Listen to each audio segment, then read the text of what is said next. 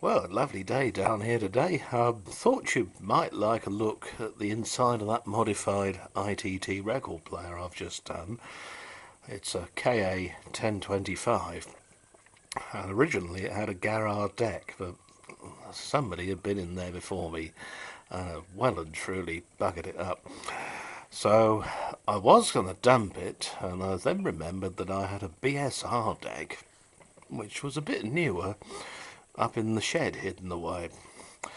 So thoughts turned as to, measuring up to see if it can be made to fit, for one thing.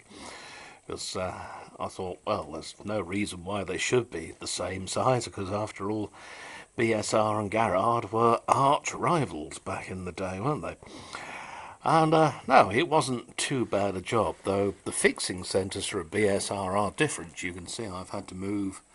This is the spring clamp underneath one of the suspension screws, and then even more elaborate is here, where I've had to graft on a piece of a suitable plywood, screw it and glue it, and then drill it to accept the other suspension screw mounting point. You can see the original is there.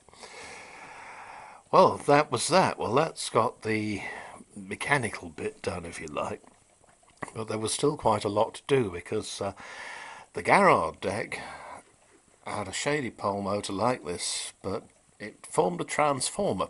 You find this sort of motor in quite a few old things. Record players and some tape recorders, and even mains-driven 8-tracks. The BSR McDonald 8-track certainly has a motor like this in it, although it's got two windings, one either side. Now, the winding on the Garrard put out about, I think it was about 20 volts AC, which was fed to this selenium rectifier here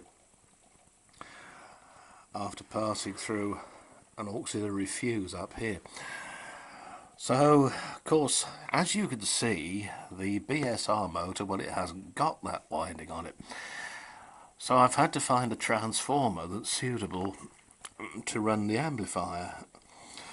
Now, the low voltage side runs the amp, and it also runs the lamp here that shows that your power's on.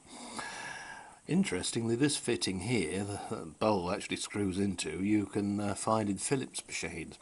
That capacitor is a Philips capacitor or a Mullard capacitor, but the rest of them seem to be made by ITT.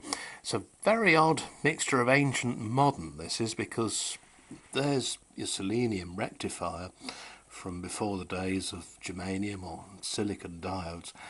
But look at the amplifier. They're actually microchips. There's two, one for each channel. And then, of course, you've got your pots that look as if they've come straight out of an old radiogram or a stereogram, and some very old-fashioned looking resistors down there. So, yeah, curious mixture of ancient and modern. Well, again, in the shed, among all the bits, there was a suitable transformer. And so what I've done, I've kept the original off-on switch here, and the power now comes in into this connector block, where it splits into two channels, one leading to the motor and its starting switch here, and the other one, of course, going to the mains transformer there.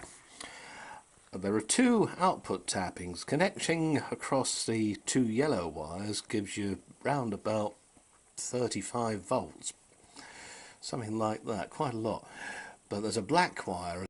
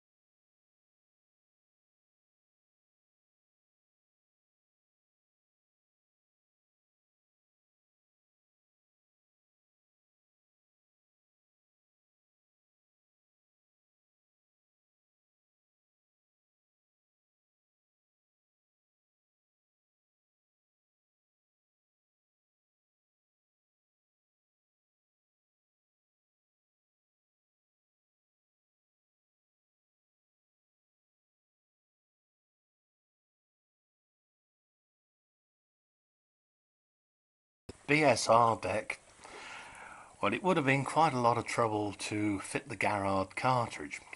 So I've left the SC12H cartridge in the BSR deck. But of course, again, the fittings underneath were slightly different. So here comes the lead from the tone arm. And these are great, these little connectors ITT use, because you just twist them and they come apart, and you can slip wires in or take wires out and then twist them back, and that's it, job done. And it goes on to a terminal board which came from the Garrard deck, and I had to drill a small hole with a self-tapping screw to mount it to the motor board, and then the wire runs into the amplifier, and it also runs back here to the 5-pin DIN plug, so you can tape from the record player. Now, another thing that needs doing is the earthing connection. This of course is a metal motor board, and this set has an earth. That's the green and yellow wire here, and there's an earthing post inside here.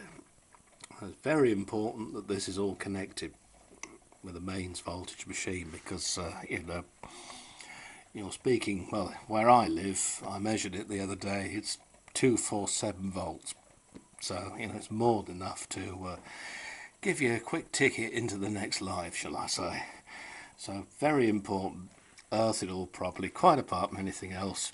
It will help stop those annoying funny 50 CPS hums, or if you're in the States, I know, 60 CPS. So there we are, that's the job done. It's quite involved, but it can be done, and indeed some ITT equipment did have BSR decks in it. My friend Adam from Ashford, Vintage Sounds 1992, he has an ITT Music Centre, and that has a BSR deck in it, but it has a better cartridge in it than the older SC12M or SC12H.